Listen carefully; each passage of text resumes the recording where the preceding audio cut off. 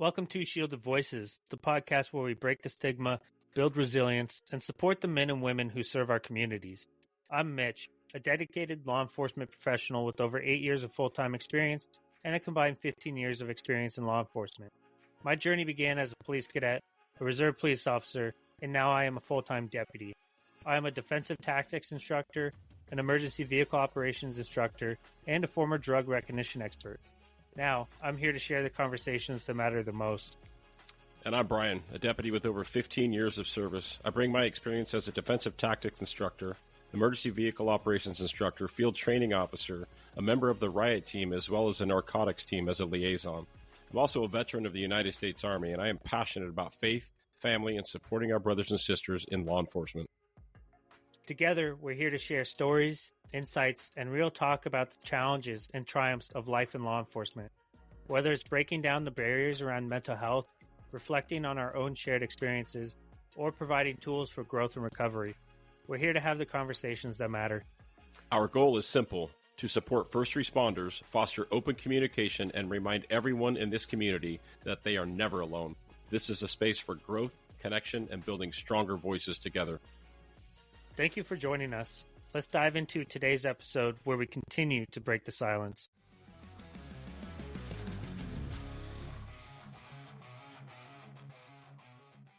So let's kick off part two.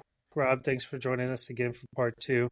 So we left off talking about some of your career accomplishments or some of the positions that you were in. Mm-hmm. And then we started talking about a memorable call that you had regarding a stolen vehicle or stolen property inside that vehicle. One of the more memorable points of your career.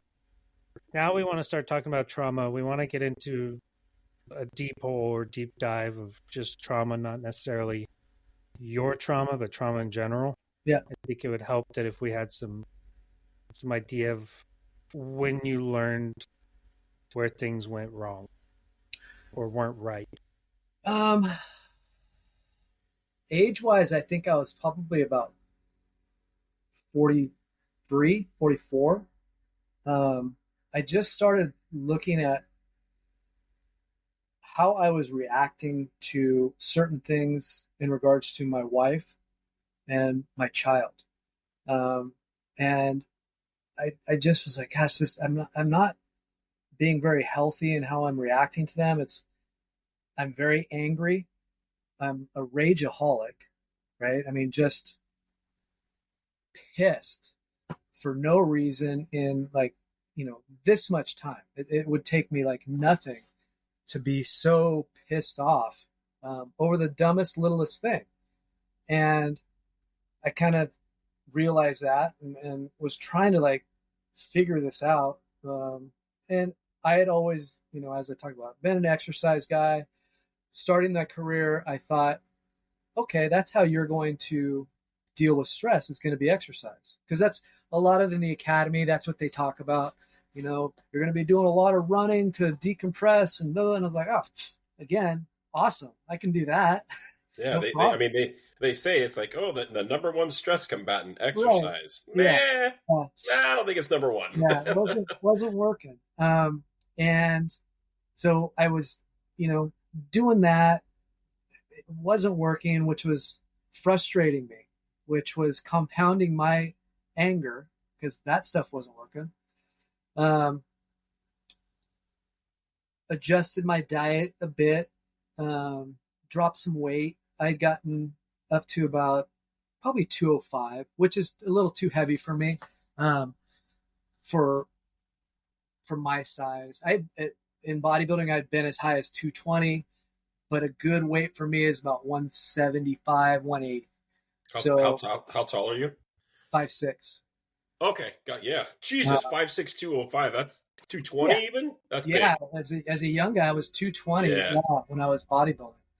So I just, adjusted my diet, dropped some weight, thinking, okay, maybe this will help. I was also, throughout my whole career, sleep was just horrible. I mean, horrible. So I wanted to, help my sleep hygiene. I was trying to figure that out. And to this day, I'm still struggling with my sleep hygiene. It's something that we all need to do, and it helps us recover. And so that was kind of the beginning of me realizing some things, that why am I so angry? Why do I fly off the handle at this dumbest, littlest thing? It just doesn't make sense. What's going on with me, essentially. So was it cumulative, or was there a single incident? No, it was cumulative. It was just everything combined had just like come to this point where I was like, I need to be better. I need to be a better human, dad, husband, friend, all of it. So where did you start then?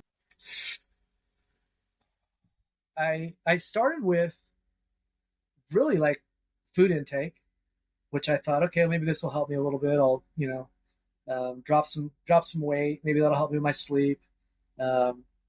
I was never really a big drinker, because of how I grew up, but socially I would drink. I would do, you guys have choir practice and stuff like that. So, oh yeah. Yeah. So I would occasionally go do that. And cause you want to be with the guys, you want to be right with your social group. So I would do that. My days off, I would probably, I would not drink more than like 3 beers a night, some 3 IPAs, get a little buzz. Right.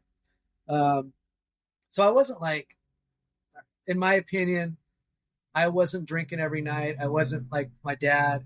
So I was doing pretty good. So I didn't think it was that issue. Then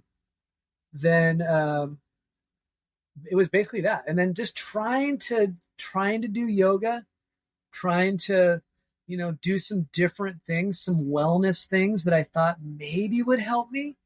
But even, starting to do that, if I'd be in the front room doing yoga or whatever, and someone would come out and interrupt me, I'd fucking get pissed at them at that. Huh? Lose it. Yep. Yeah. I would just, you see what I'm trying to do here? Yeah. Yeah. Trying to fucking concentrate. Why are you asking me a question right now? Right. Let me get out of my cat cow first, and then check this downward dog out. Yeah. So, was there a like, for me, I had a cataclysmic event, right? Mm-hmm. Like losing my family. Like, that's cataclysmic. Yeah. Albeit, looking back on it now, I mean, still working on it. I mean, wife is back home, reunited with my son and all that, which is awesome. But was there a cataclysmic event for you like that was kind of an awakening moment? Like, whether it was the wife, or you said you have a child. I don't want to get into too much of your personal business with kids, but I'm guessing they're fairly grown at this point. Yeah. Yeah. Yeah. No, so he's 20 now. So I mean, I would say the cataclysmic event was, crashing my motorcycle.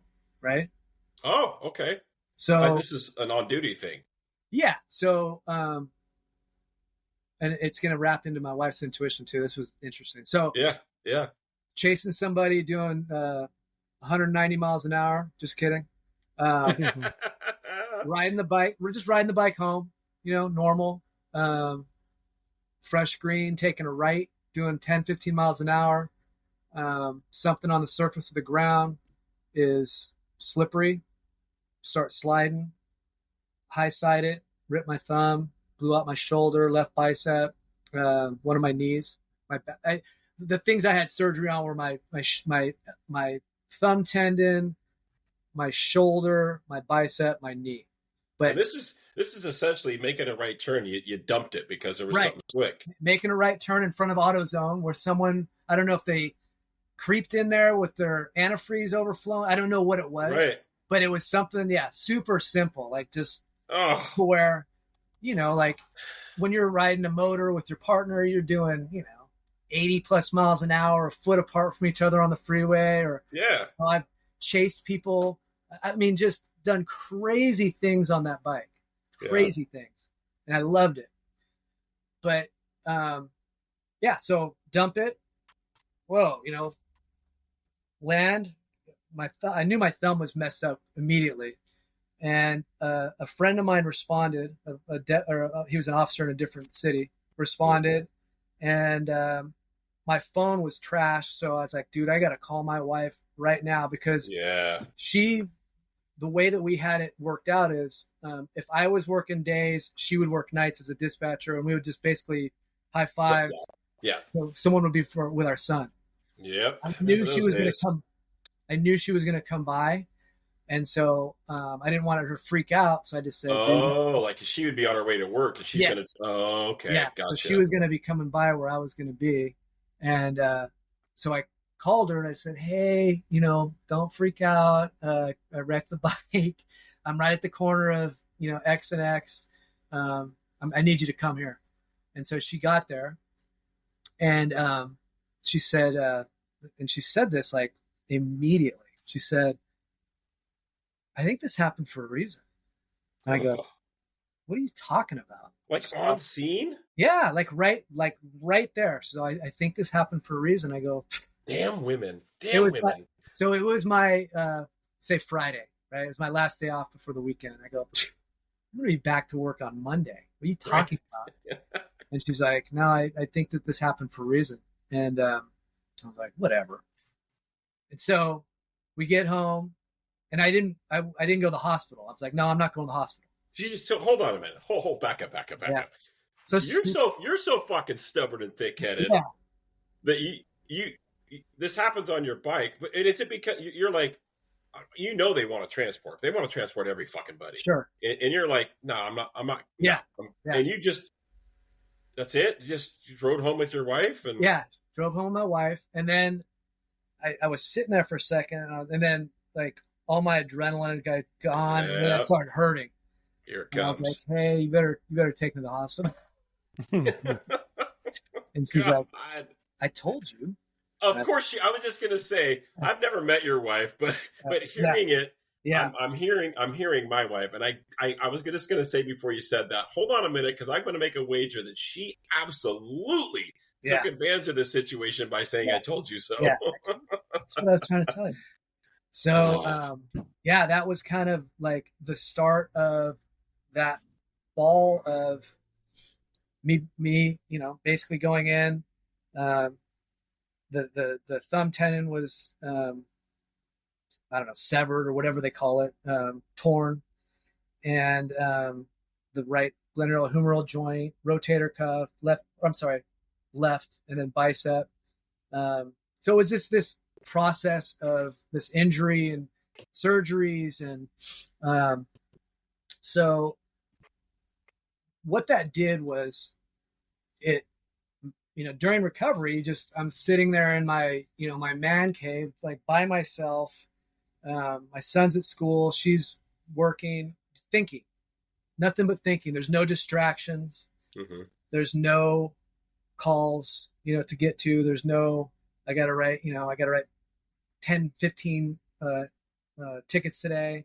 None of that stuff. It was just me thinking about essentially what a dick I'd been over the last, 10, 15 years.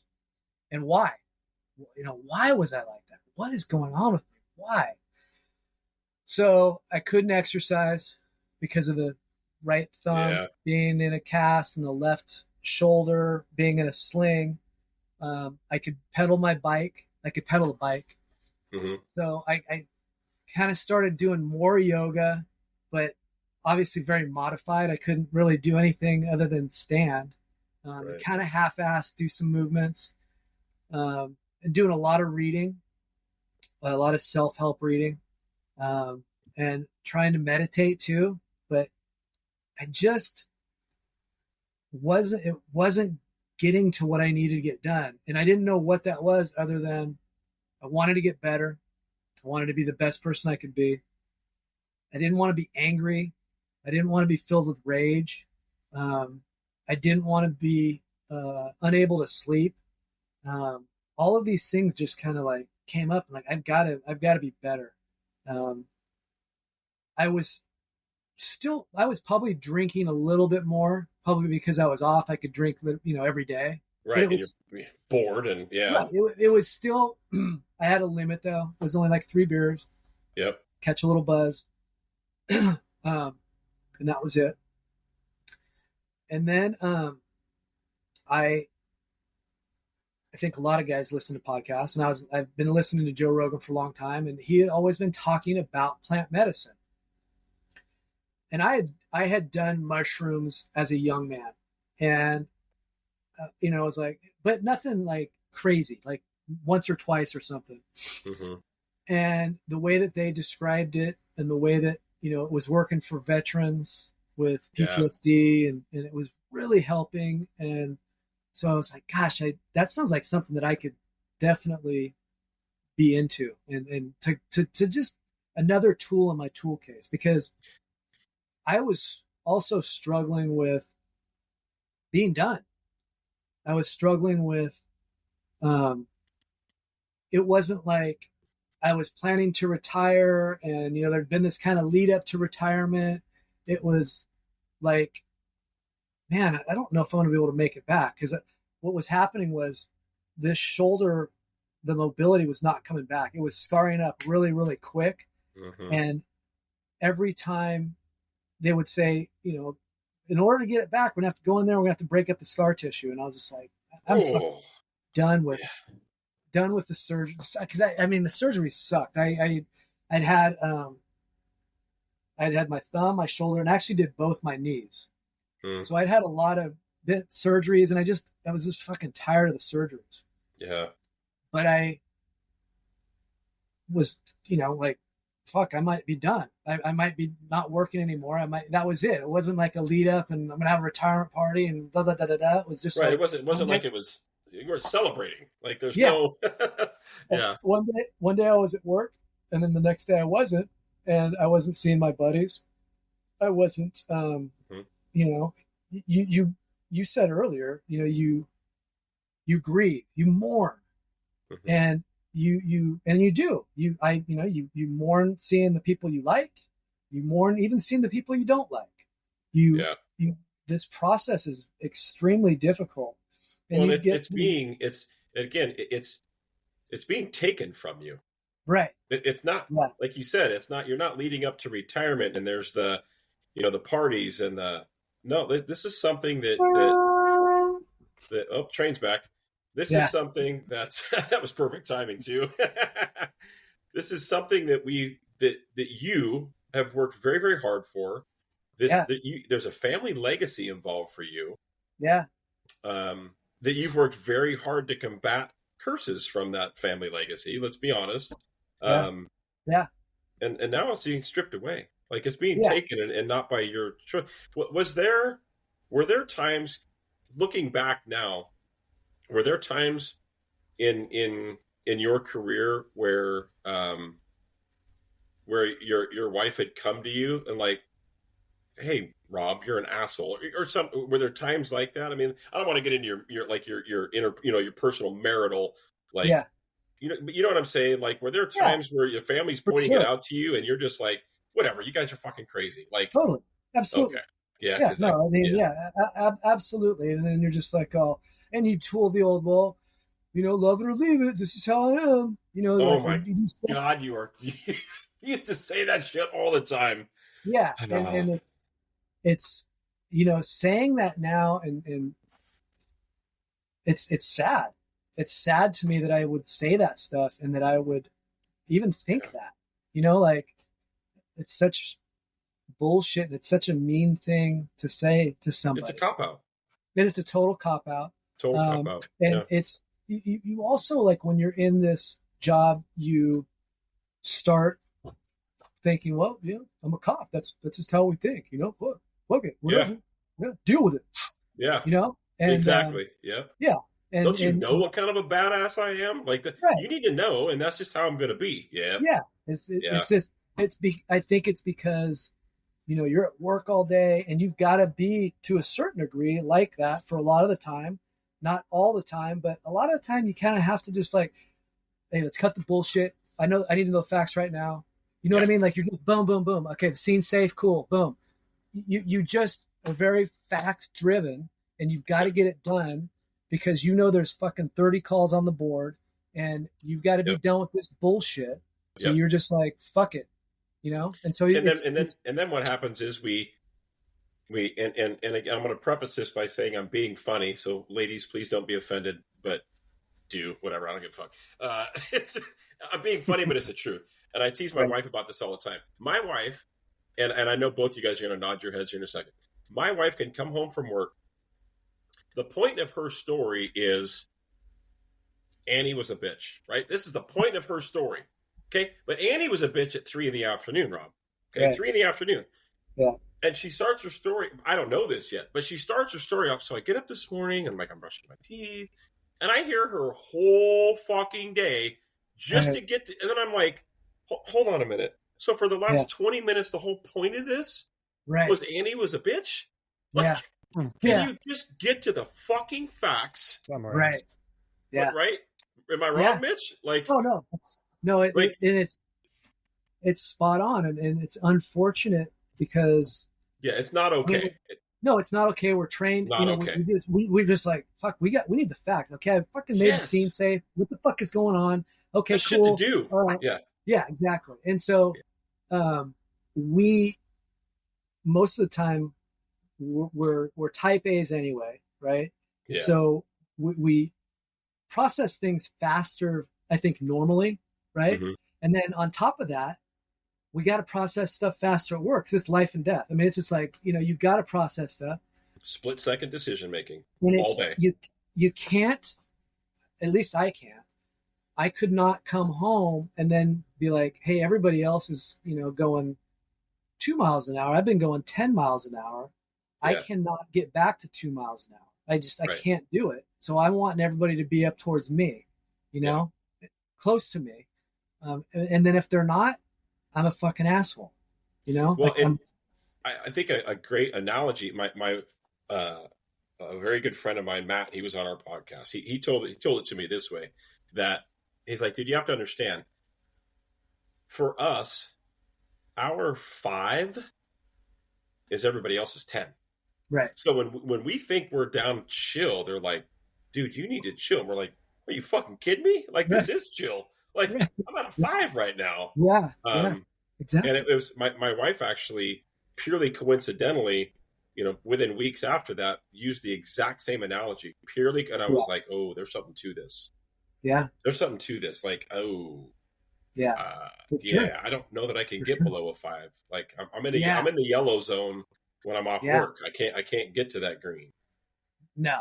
There's just you can't get to it because there's no real, you don't have enough time to decompress. Right.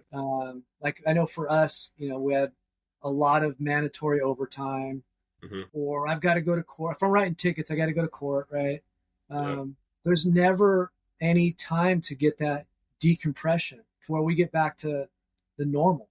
Yeah. And, and then the hypervigilance cycle never stops. That's the problem. Right. You never get a chance to. And you get used to it too, because I would, I'd have my phone, I'd have my news app on it, I'd have Facebook, all the social media stuff on it, my emails. So I'm texting people, I'm checking my news, I'm checking the Facebook. So I just texted that person, they haven't texted me back. I'm constantly putting myself in the loop. Mm-hmm. I'm doing it to myself. Even when you're off duty. Even when I'm off, dude. Yep. Even when I retired. Like I've been doing it I still was doing it up until September. Yeah. I finally realized, I was like, what the fuck am I doing? Why am I doing this? Mm-hmm. So yeah, that's really, I'm actually I would say fortunate. I made the decision it's been almost 10 years.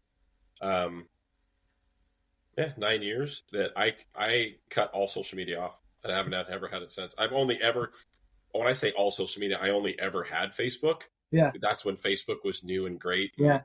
And it was, it was a time suck.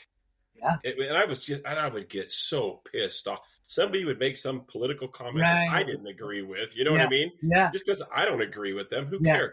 Yeah. Oh my God. And then I finally was like, I'm done. And then the kicker was somebody, what we refer to as clients at work, found me on Facebook, and I'm like, nope, I'm done.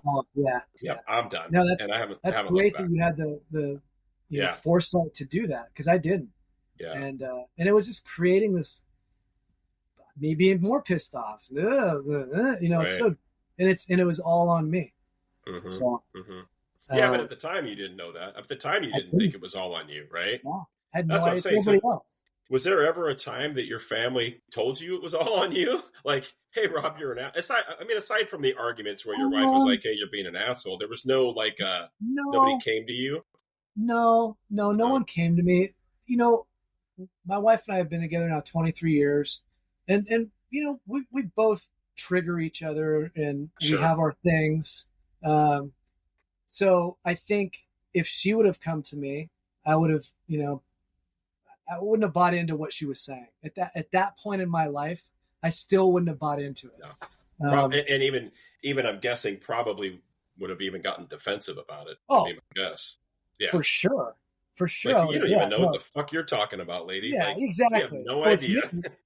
You ever think about it being you? Yeah, I mean, I was right. a master at flip flopping it back onto her. You bet. And yeah, it was 98% of the time it was me. Yeah, yeah. So now you're all laid up, sitting at home because you're all crashed up from your wreck and having some. I mean, like, just out of the blue, you're just thinking, why am I such an asshole?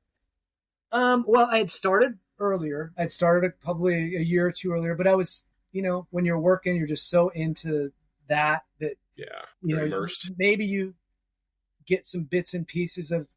I mean, I wasn't having any peace of mind. So once in a while, I'd have some peace of mind and maybe think about, fuck, I've been an asshole. I've been an asshole, and you know, but nothing to where I had time to really just sit back and forced to decompress and think about this stuff. So this was the time where I was just like, I have to get my shit together. I'm going to lose my son. You know, I'm going to lose the bond that I want to have with him. And I don't want to lose that. I might lose my wife, you know. I don't want to lose my wife. So I need to make some changes. And that good dude, good man. Like I'm sorry, I'm tearing up right now, man. Like good on you for like actually being mature enough to realize that and recognize that before it was too late. Right? Because we become these. There's nothing I hate more than cop statistics. Well, first responder statistics, right? The divorces, the multiple marriages, the alcoholism, the fucking suicides, and good on you for, even though you're laid up sitting in your man cave because you crashed. Right. I mean, you dumped it. We'll call it a dump. But I dumped it. But something happened. Something happened inside of you to make you see that, and realize that you were going to lose that shit. Yeah. Instead of getting to the point that I got to, and that so many other people get to, where the stubbornness and the pride stays in, and now it's gone. Now it's gone. Yeah. So, man, good for you. Good for you. Thank you. Yeah. I didn't want. Yeah. Bottom line is, I didn't want to lose him. I'd learned from my dad, you know, like a lot of things, good and bad. Right. And so that's where I just really started to, I got to pick it up. I got to do better. So. And did you start down, had you done any therapy up to this point ever? When I was young, a little bit, but never as an adult and through the cop life or. No. Okay. No. Here's what I thought. I thought I was mentally ahead of the game with with the running and the Gilbride book. Keep forgetting the Emotional Survival. Emotional Survival for Law Enforcement. So Dr. Gil Martin. Yeah. Gil Martin. I'm sorry. Yeah. So I was like, fuck, I'm reading that thing every few years. I'm learning what I should be doing. I'm running. So I'm thinking that I'm way ahead of the game, you know, not wanting to admit that I'm not, looking at other people, judging myself against other people. Yes. You know, like, well, he's all fucked up. I'm not even close to that. Right. He left his wife, or they got, you know, that those two people got together, and, you know, it's like, fuck, I ain't even close to that. So shit, I'm cool. I'm good. Yeah. I'm got this good. under control. Totally It's crazy how much guys like us is I put so much stock in the fitness part of it, so much stock. Right. And it is, and that for me, that was part of it. I'm like, I mean, I got this. Like, dude, I work out 12 days a week. Right. Like, I just, you know what I mean? Right. Like, Yeah. I was the guy as an FTO. Every one of my recruits, I told them, hey, I'm at the precinct an hour early because I work out every day before work, and I invite you, come work out with me, and which is good. Yeah. I'm not joking. One recruit took advantage of that. One. I believe you, man. And it's crazy. And I'm like, how could you not? Right.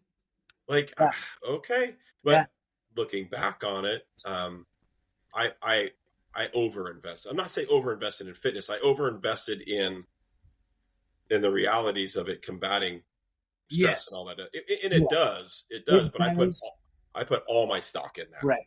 Yeah. And that's kind of what you're led to believe that. And then when you are into that, you're like, right on, man. I got this. Yeah. Yes.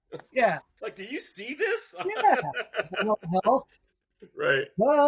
Yeah. No, I totally get what you're saying. Yeah. But So did you at that point where you're having these epiphanies and realizing that, holy shit, I'm a prick? Did you start down just like EAP, talk therapy, or how did that journey start? No, I didn't. I just I started. I picked up the yoga, but I picked it up with more, a little more passion, a little more buy-in. Mm-hmm. So all the things that I did, they help. They would help a little bit, right? So picked up the yoga more, picked up the meditation more. Mm-hmm. Eventually able to exercise once I had the stuff off a little bit more. So I was starting to feel better. I was starting to feel better, but for the effort that I was putting in, I was also getting frustrated because I was like, I'm still pissed. Yeah. I would still snap. There was a little bit of movement, but not even close to what I wanted. And as far as talk therapy, at that point in my life, I know it wouldn't have worked. It's just, I know me. I know where my lack of neuroplasticity was at that point. Mm-hmm. It wouldn't have, I was not open to that. You know what I mean? Like, my eyes were just, whatever. I don't need that shit. It's funny because I was that way with, like you, I've been a fitness guy for decades, a long time. And I've always told everybody, like, if people would say, if there was one workout, one exercise, and that was the only one you could ever do, what would it be? I'm like, yoga, hands down, yoga. Right. Guess how many times I did yoga? 0. I fucking hated yoga. 0. Hated yoga. Right. Like, no, I need Metallica on in the background, and I'm not a big muscly guy. I'm just fit. Right? I don't live for size. Yeah. It's just fitness. But what I will say, yoga is very, very good. Yoga is very good for the mind and the body, the mind-body connection. Yeah, it is very good. But like what you're saying, it's like it's not enough, and it is not a meditation the same way. It's good. I would never tell anybody to stop doing that. Yeah. But there's other things, right? You keep doing that on top of what else you need. So, right, and I'm just trying to find any tool that will help me at this point. You know what I mean? I'm trying to and most of them are physical, right? I mean, like yoga's physical, exercise is physical, meditation to a degree is physical. You're sitting in a certain... Yeah, you're a kinesthetic learner. Yeah. Right. And so, but I'm still frustrated. I'm still like, fuck, man, this is not fucking getting me where I want to be. I'm still flashing on my son for the dumbest shit, right? Dumbest shit. Yeah. Flashing on my wife for the dumbest stuff. Super high expectations for both of them that are way too high expectations for anybody. Did you find, sorry about that. Because everything you're saying, Like I'm so mind blown how everything you're saying is me. Right. Everything you're saying. Did you find yourself being overbearingly protective? And then of course that because of all the shit we see every day. Yeah. Well, we're going to control that. Yeah. So now when I come home, it's like, because the way we have to think as cops, right? We're essentially looking into the future. We're seeing the big picture of looking around the corner. Yeah. Yes. Like walking through Old Town where we live, summer day, and my wife cuts the corner. I'm like, what the fuck are you doing? Right. I'm pieing that thing. Like, yeah. Even if we're walking normal, right? And I trained my whole family to do that. Yeah. And at the time, I'm thinking, hell yeah, because I'm a good husband and I'm a good looking. They still do it, right? And it's because of me. And I'm like, oh my god. So it's interesting that our intentions are good. Yes, we're doing it with love. Yes. So I guess my guess is then yeah, like you were the same, for sure. overbearingly protective, for and for sure. God, it's man. The some good things about our job is that there's a lot of good things, but the things that you see, I think you learn to appreciate life. At least for me. Yeah. I'm not going to speak for everybody, but you That's see a true. lot of Yeah. shitty stuff, and so you learn to appreciate life. You learn to appreciate your good life, and so you want to protect that. And I want to protect my son, and I want to protect my wife, and I want to, I want to pie the corner, and not just for when we're walking through the town. I mean, it's for financial situations. It's for college. It's for all of those things that, so yeah, but it's abnormal, and it's, it's not just for a tactical purpose. Right. We take these tactics and apply them, across, like you said. Well, I mean, let's be good stewards with our money, but we're going to do it with a tactical brain, right? Yeah. Wow. Yeah. I never really, because I'm saying I never really thought of it that way. Like you go at everything with that angle. At least for me, you know what I mean? Like for me, it's been like, and I don't want to speak for everybody, but it's really been like, when I say I'm looking around corners for my son, it's not just physically, it's everything.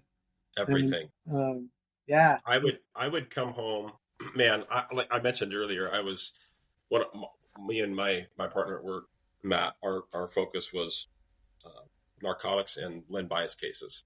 Yeah. Right, overdoses. Yep.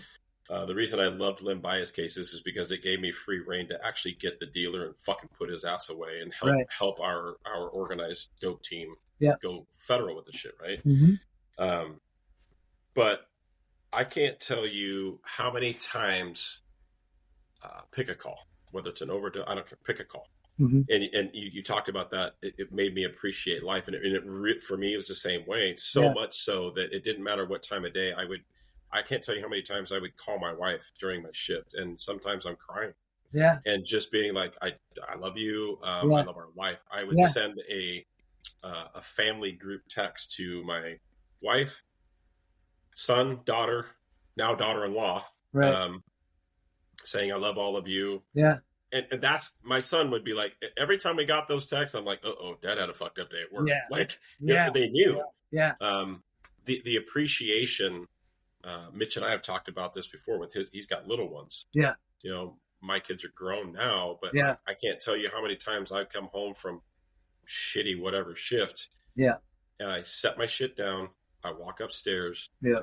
And I just look at my kids. Yeah. Sleeping. Yeah. They never knew it. I did that. Yeah. Hundreds of times. Yep. Just open the door. Look at them sleeping. Look at them. Hear them breathing. Yep. Yeah. Okay. Yeah. Yep. Yeah. Totally. And even with all that love and appreciation, I was still an angry asshole. Yeah. Yeah. Right? Like, why, even though we have that love and appreciation and the of life and our kids, and we love them, and we send these texts and we do these loving things, why are we shitting all over them? Why are we being such assholes? Like, I never understood that until therapy, right? Yeah. Yeah, I never understood it until about 6 weeks ago. 8 weeks ago. Oh, gee, okay. So it's been, wow. So you're kind of, we keep, I want to say digressing because we're just having great conversation, right? That's what this platform is all about. Yeah. So you get to this being laid up and you do the yoga thing and nothing's working. What made you look at plant medicine out of anything? Was it from podcasts or? It was from podcasts. It was basically just, believe it or not, Joe Rogan has had a ton of good guests on. Like, oh yeah, people that I didn't necessarily think I would like, and obviously people that I knew I would like, but he opened my mind to some different things. And I was like, that's interesting. I need to explore that a little bit. So essentially I get retired, in 2021. They, basically say, hey, you're fucking done. You're a liability. You know what I mean? So did you try coming back and they said no, or did you have to make that decision for yourself? Like, no, they make it. They make the decision. The doctor. They forced it up. Oh, the doctors. Okay. Yeah. So like, if I can't, there's ranges of motion. If I can't move my arm a specific way, yeah, I'm a liability because you're detrimental to your partners, and shit happens and I got to kill somebody because I couldn't lift my arm, or what I mean. So that's how they, and they have to look at it like, I get it, of course, and it's a business decision. Yeah. So that happens, and I'm still fucking a mess, essentially. So this is 14 years into a career, and you're 40-something years old at this point, 48, 49? Yeah. 48 years old. Still young. Yeah. So I just start exploring it, start looking at it, start researching it, start trying to find something for civilians. And because all I could find at the time was veteran stuff for veterans. And so for therapy. For plant medicine.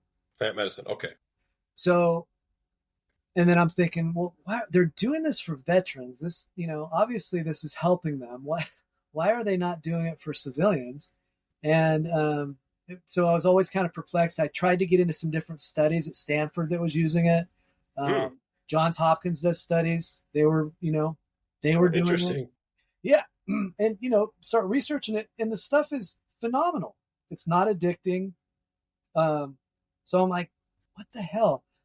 Finally, I find this organization called the SIREN Project. And what I thought it was for firefighters, because it was founded by firefighters.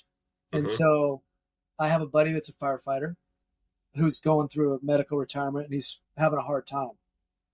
And so I contacted his wife, and she said, well, you should, tell him about it. And long story short, he didn't appear to want to go. I contacted them, said, is just firefighters, or is it for first responders as well? And the founder, Angela, said, no, it's for first responders, any first responder, firefighter, law enforcement, EMS, husbands, wives, children of any of those. Oh, wow. And essentially, they pay for the retreat. They, you put an application in, they send you to a facility in Puerto Vallarta, and they pay for it, the treatment. What? So it's like all donation based then? Yes. Yeah. Holy crap. Wow. Yeah. So it's donation based. It's really incredible. I was, floored that, they had this thing. I said, well, I'm going to put an application in. This was, I don't know, June of last year.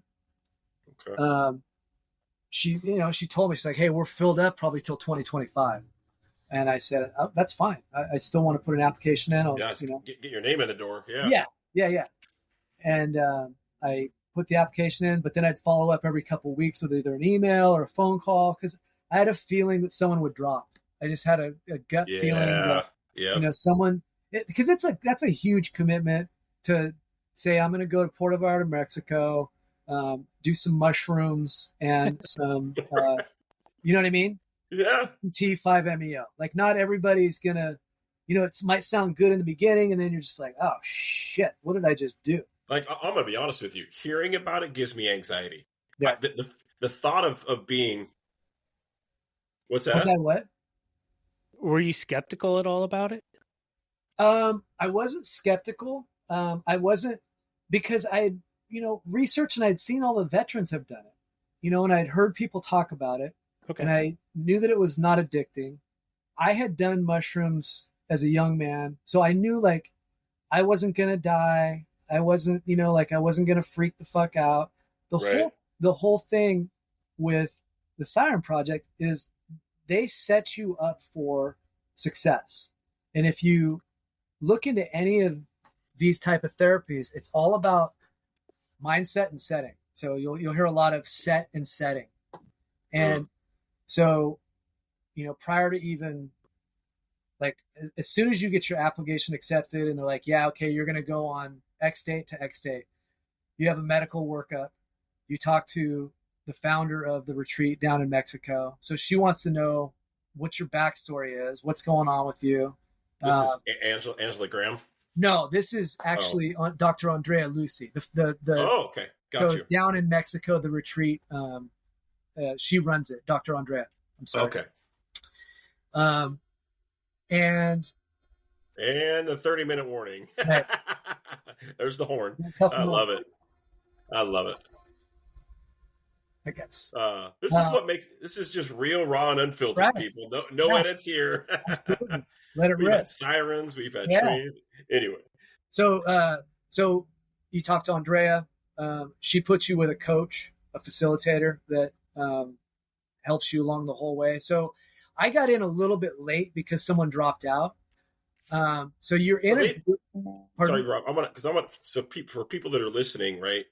I kind of want to get in more detail. Like you do this application. Okay, say you get this approved. You say they pay for it. They fly you there and everything. They don't fly. They don't. You fly yourself down, and the first night you pay for your own hotel. So okay. The actual retreat, which these retreats run from $2,000 to $4,000. Oh shit! So they cover that. And how long is it? So I went from the 23rd of September till the 28th. Okay, so basically a week long. Yeah. Right. Okay. Got you. Okay. Anyway. So they basically they're preparing you for the proper mindset. You have a workbook that you go through. You have a group that you're going through. So there was 6 of us. So it was 4 firefighters, an EMS guy, and the law enforcement guy. Mm-hmm. So they haven't had a lot of law enforcement go down. So interesting. Well, I've got what I think is reasons for that, because if I wasn't active, if I was not retired, I don't know if I would have been in the right mindset to go do this. Right. That's true. Because you're still immersed in the shit at that point. Well, you're that, and you're also like you're in this dichotomy of I'm arresting people for drugs, and am I going to go down there? You know what I mean? Yes. And so, but my mindset changed because, especially after I did this, I was like, this is not a drug. It is a freaking medicine. And if you look at you're not partying. Right. No. And that's where what I really don't want people to get the point, or I don't want people to think like, hell yeah, I'm going to go down there and do some mushrooms, man. Woo! Right. That's not what I'm talking about. I'm a conservative guy. I'm not like into drugs, or I don't believe that, we should. Mm-hmm. I'm a bit of a libertarian, as you do whatever the fuck you want to do, as long as you're not hurting anybody. But I'm not, I would say I'm very conservative too. Yeah, sure. So you get a workbook, you're in with this group, and you're having group calls too. So you're getting to know everybody, call every week and a half. Mm-hmm. Because you're going to be down there with this group, and you're going to be going through a journey like no other. And so it's important, and it's a bonding that like no other, right? When you're down there. So you get to know each other on our group calls. And then you go. Okay. Do you want to keep talking about that, or do you want to pick up anything Yeah, else? I mean, no, I mean, looking at the pictures of this place, I mean, I've got it pulled up in front of me. It Yeah. looks like a pretty freaking amazing place. Well, yeah. Um, No, it is amazing. The whole concept, and I'll just kind of give a little bit of a 50,000 foot view of the SIREN Project. I don't want to speak for Angela too much, but she did that. She was a firefighter. Same stuff that we're going through. So as far as the anger, rage, all of those things. mhm.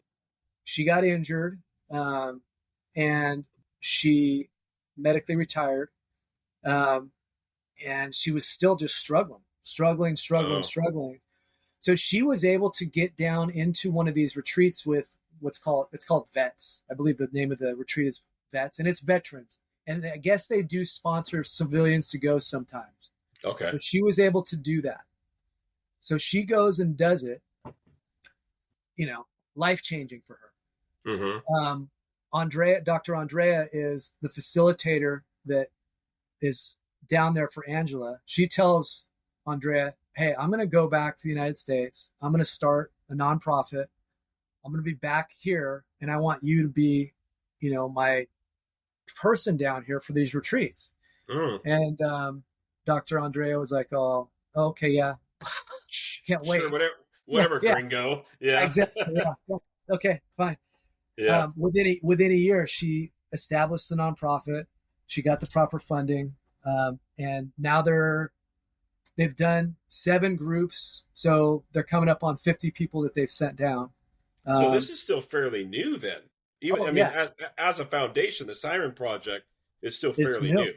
Yeah, Oh it's my fairly gosh. new. Okay. Yeah, and but it is amazing what they've done in this short amount of time to be able Mm. to raise the capital, to really change people's lives. Right. It's phenomenal. And as far as Dr. Andrea's backstory, she worked for the Marine Corps for 20 years, DOD. So she was doing stuff in the United States, helping the veterans. So up Hmm. here, they use like MDMA, and that's how they do their Yes. therapy. Which is weird to me because I mean, I don't know anything about that, but I mean, anybody that knows anything about drugs, MDMA is a amphetamine of some sort. There's amphetamine in there. Yeah, Right. Like it's like you just like right. I can't understand getting therapy when you're just wired and jack like that. But It, yeah, I mean, there's that's not my thing. right. There have been some studies that it's worked. It's the way that you do the therapy too. You know what I mean? It's Yeah. the setting, the mindset. There's a lot to it. But So what's it look like, Rob, with um like basically you go to this hotel and then they come pick you up and then what's that look like you get there? Because I'm sure like for those that are listening there, because it's interesting. I was just talking to an hour and a half of a former coworker, always been a friend. Like we're still yeah, friends to this day. yeah. Who is actually going through his doctorate program for Oh, first cool. responder therapy. Oh, nice. Got out of law enforcement and Mm-hmm.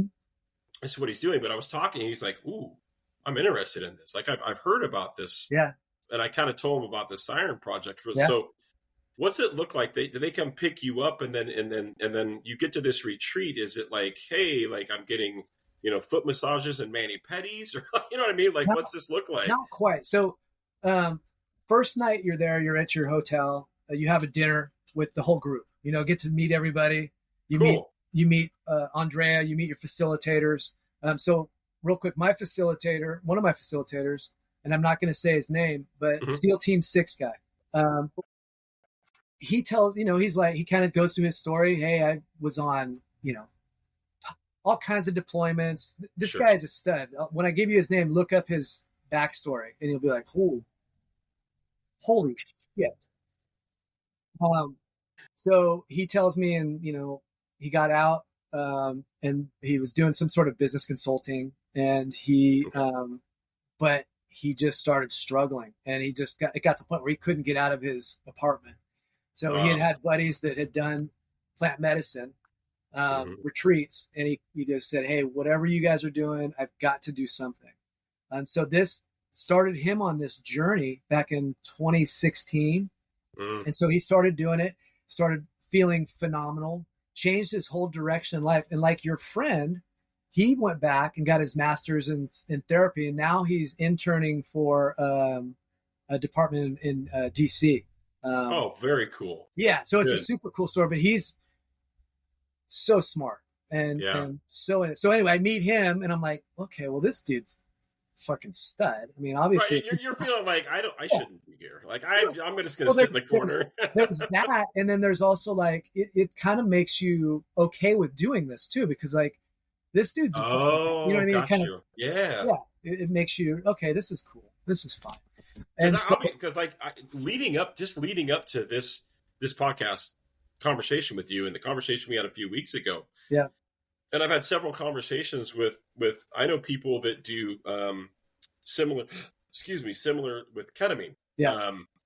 And I'll be honest, it scares the shit out of me. Yeah. Like I've never been high like right. that. Yeah. So it freaks me out. I'm not I was thinking earlier when you talk about, you're like, I fucked around with shrooms a little bit when I was a kid. Yeah. I mean, it's funny, but also I think it kind of helps. It kind of, because you kind of know, right. Where for somebody like me, I'm afraid, like if I smoked a joint right now, I'm afraid I would be that 52-year-old losing his fucking mind, right, with paranoia on the front porch shooting my gun in the air. I think I'm dying. Someone said exactly. Yes. Yeah. I don't have a heart anymore. I think it's stuck. Like I think I'm going to be that guy. So I can't hear my heart. And hopefully as we talk about this, I'm hoping you can not only put me at ease with that, with your experience, but for people out there that are like me, they're like, man, this sounds great. But so when that day one, I'm guessing is there a lot of conversation kind of talking about that, like what to expect? There is, and there's also people just like you that have never done any drugs. Like I was down there with a battalion chief that she'd never done any drugs, right? So those same feelings, but as you're preparing for this journey, you're going through this workbook, you're talking to Andrea, you're talking to your coach. You're doing all these things that are going to also help put you at ease, if that makes sense. Yeah. So, but you're not unlike many people, right? That are doing this. Right. Yeah. I mean, I was kind of like, I know I'm not going to die, but I've never done DMT 5-MeO. So what is that? It's basically toad venom. You're smoking the venom of a toad. Like an amphibious animal? Toad? Yeah, like a toad. Yeah, they scrape the venom off the back of the toad. It dries up, and then you smoke it in a crystal meth pipe. What the fuck? Like I now for those of you listening, imagine, right? This is a cop that has fought drugs and drug paraphernalia, and like it gives me the heebie-jeebies thinking of holding a. Yeah. The glass bulbous pipe. Well, that's what a meth pipe is, right? Yeah. And smoking, I'd be like, well, fuck, I'm going to prison. No, so and a part of this whole thing is you've got to let go. You got to surrender. You got to surrender and you got to let go. And so, leading up to this, you go over a lot of that. You go over a lot of, I've talked to a lot of people that also, man, I've seen some dark things. I don't want that shit to pop up. And it's like, the thing is, though, when I went through this journey, and we can talk about like each aspect of my journey. Yeah. Those dark things that you think like pop up. And so in my mind, when I'm in the journey, I would go, okay, I guess it's time. It's time for me to go towards this dark beast, whatever this is, because that's what you're told to do. You don't go away from the dark stuff. You go towards it. Every single time in my journey, it turned out good. Now, is there somebody, I guess, because I'm super curious about this, and I'm sweating right now.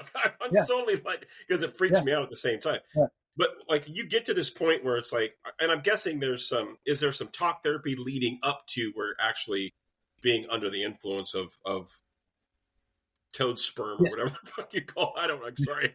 I jest. Or even there was some psilocybin stuff in there too, I'm assuming, with mushrooms. And is there talk therapy that leads you up to this, and then while you're under, Mhm. is there talk therapy or is there a therapist talking you through this, or how do you, Not how do you necessarily, know? not necessarily a therapist. So I'll tell you how it went. Yeah, So first night we go have a restaurant, go to dinner, meet all the people, check everybody out. Everybody's kind of nervous. Next morning sure. they pick you up in a van. You go to this, killer house. You see the house on the website. I mean, Yeah, it's it's beautiful. beautiful. I House. don't know that I'd call it a house. It looks like a Well, resort. mansion. Like, Oh, yeah, yeah. it's Yeah. beautiful. So beautiful resort mansion, swimming pool on the water, on the ocean. Yeah. You room with one other person. So I had a firefighter roommate. So the first day you're there, you kind of get to know everybody a little bit. Still kind of nervous. Sit down, eat like a late lunch, early dinner. And the facilitators kind of start talking about what's going to happen tomorrow. It's very ceremonial. It's very tribal. So that's what it looks like. I'm just looking at the gallery here as you're talking. It looks amazing. Yeah, the first evening we meet the medicine man, the shaman, Oscar. He comes over.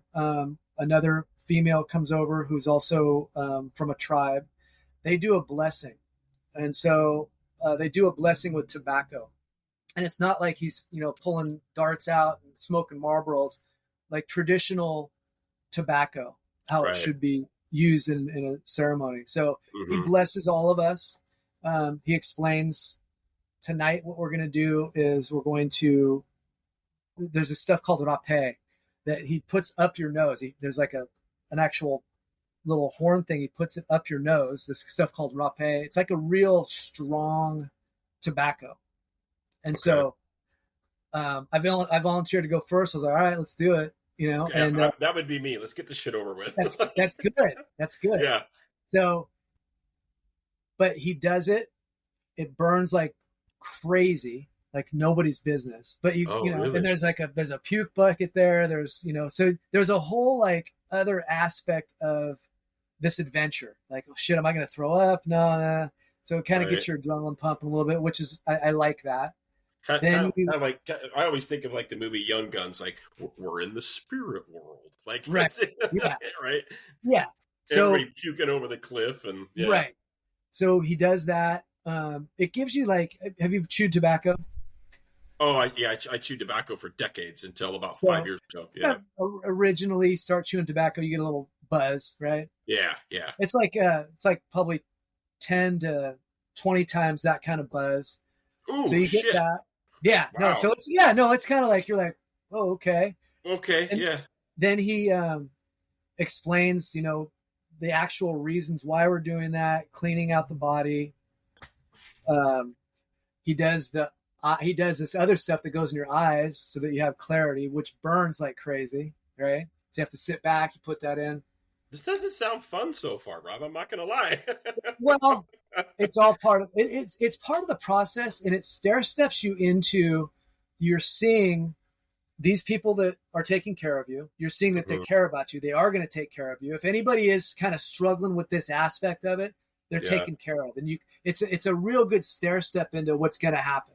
Okay, you know what I mean? Gotcha. Yeah. What I did forget to say on the load up into doing the retreat is you can't have any alcohol in your system, no drugs, no caffeine. They want you on a very basically very clean diet. They want your vessel clean. Yeah. So you if you want the best results, you've got to be doing all of those things, right? You bet. Yeah. And then they piss test you when you get there too. So good. Yeah, no, I know it is good. Yeah. That's just one more thing where I'm like, oh, okay, this is because we're always skeptical and like, okay, what the fuck kind of outfit is this? And right, they're I doing like the fact that they're doing that, and it's just because who knows how these chemicals don't mix. Like if you come in there loaded on methamphetamine or something, you know what I mean, or heroin, or you're on some SSRI, like even everything SSRIs, they don't want you on anything, right? So that was the first night. And you're kind of like, okay, cool. I'm going to see if I can get some sleep. I doubt it because tomorrow is going to be the psilocybin. So you get up in the morning.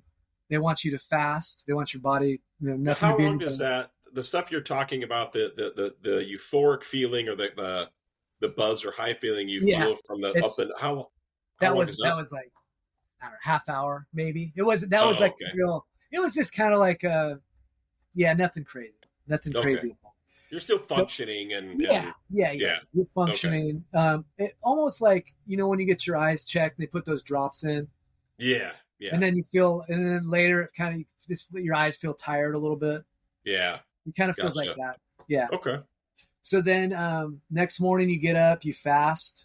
Then you do a bigger ceremony. And this is with Dr. Andrea, the medicine man.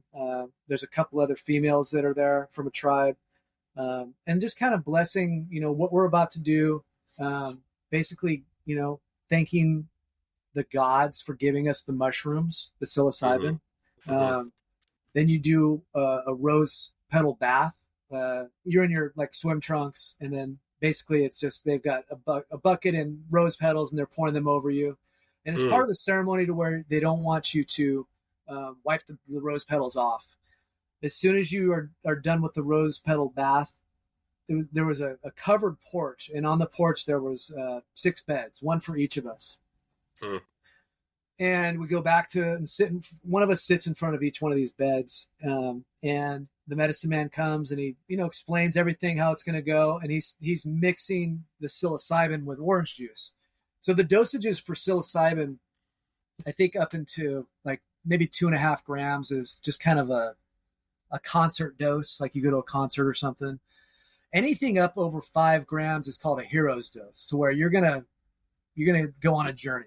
You're tripping balls. Yeah, you're gonna go on a journey, and so he bases his dosages off of your experience, your size, that type of thing. Mm-hmm. So he mixes up for every single person. He comes to each one of us. He gives us a blessing, and then he, basically when everybody's got their medicine, bottoms up. And so we're sitting in the front of our bed, bottoms up. Comes back around a little orange juice to make sure you get all of it, bottoms up. You put eye shades on, you lean back, lay down on the bed. And this is as a group, right? I'm looking at pictures here on the gallery, and it looks like a beautiful room, and there's kind of beds in a circle, half circle. Yeah. So we're all in there.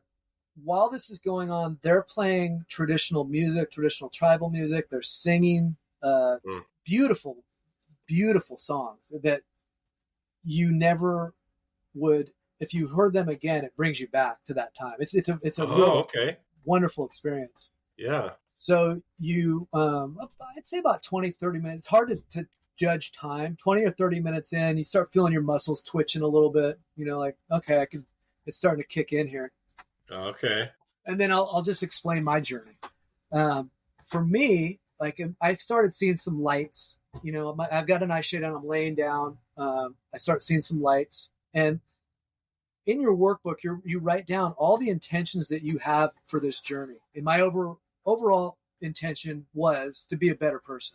But there was a lot of stuff underneath, which was I want to communicate with my grandparents. Because another thing that you're trying to do is you're trying to communicate with ancestors, people in your life now. You're trying to seek guidance. So one of my intentions was I want to talk to my grandparents. I greatly appreciated my grandparents. Yeah, that'd be so good. Didn't realize how much I did until I got older, and how much I pretty much model my life after them. So pretty much right into it, I'm sitting there talking to my grandpa in my journey. And oh, wow. Yeah. So I'm explaining to him hey, I don't necessarily think or know if you're going to agree with how I'm sitting here talking to you, but I wouldn't have been able to unless I did this. And I essentially wanted to share with you and Grandma how much, I loved you and appreciated the life that you lived, because you guys have been. And is this for you? Is this just clear as day? Like you're talking to your grandpa? Yeah. Yeah, gosh. In my mind, I am there. I'm there talking to him. I'm there talking to my grandma, and it's real. And so it was cool because when my grandparents died, I was early 20s, didn't really know shit about life. Right. And I would never have been able to share how much they meant to me Right. because I hadn't lived. I hadn't lived yet. I haven't really done anything yet, right? But I was able to share that with them, and I was able to share with my grandma how much I loved her and how much I missed her because I was there when she died. I was with my grandpa, and but she was not coherent at that time, so I wasn't able to really share that stuff. And so I was able to share that with her, and it was awesome. There was a lot of crying on my part, crying like I've never cried before in my life, and it's purging. You're getting all of this stuff out of your system. Yeah, like a cure cleansing. Yeah. Yeah. And so the next thing that I went into was talking to my dad, and it was heavy. How was that? So it was weird because he came to me and he's like, hey, I was really pissed off when your mom left when you were 7, and she stayed friends with his mom and dad, and he was basically talking to me, and you didn't really care about it. You didn't think it was a big deal. And then I was like, oh, I was only 7. I didn't know, And so this is your dad. So you're getting clarity on how your dad felt. Exactly, which I would have never known back then. Right? Wow. So that's exactly what I'm talking. So, and I didn't know this. Sure, how could you? Right. I didn't know that. So I was like, whoa. I was like, hey, dude, I am so sorry. I did not know that I was only 7. I was doing the best I could do. Sure. But now that I'm older, I can totally see how that would bother you. And I'm sorry that you felt like that. And he was like, I get it. And you know what? I was doing the best I could do too. It's interesting, Brian. A lot of these little things that came to me were very simple. This is the best that I was doing. This is the best I could do at the time for what I knew. Like he was telling me that, I was telling him that. All these things that we know, like we know this stuff on the surface, right? Sure. But when I was in that, I felt it. Like I felt that with my heart. I felt that more than I've ever felt that in my life about anything. But you don't have you don't have somebody guiding you through this. Like this is just you have to be thoughtfully prepared before being dosed, essentially, to know, right? Because I've heard all the stories when I was a kid, like, people doing shrooms and acid. Like, if you're in a bad state of mind going into this, it's going to be a bad trip. Right. So I guess, is it the same kind of thing? Like, you're preparing yourself. Yes. Hey, these are the things that I want to essentially, we'll say, talk about. Yeah. While this is happening. So, and it actually like you prepare for it and it happens. It doesn't always happen for everybody, but these are the intentions that I have. You go down with intentions, not expectations. If you go down with expectations, you have a higher likelihood that it's not going to go good, right? Gotcha. Like you have an expectation is I've got to talk to my dad. But right. the intention, like it'd be cool if I could, talk to my grandparents. It'd be cool if I could, and this is what, it'd be cool if I talked to them about this so that's part of that whole mindset.